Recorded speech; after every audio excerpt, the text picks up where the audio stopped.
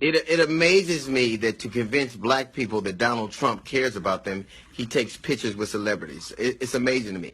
If Donald Trump cared about black people, he wouldn't have denigrated the president with those claims of birtherism.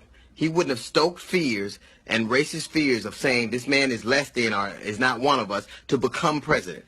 He wouldn't have, in the debates, talked about bringing back stop and frisk. Jeff Sessions would most certainly would not be his pick to head the Justice Department. Donald Trump takes pictures with black people.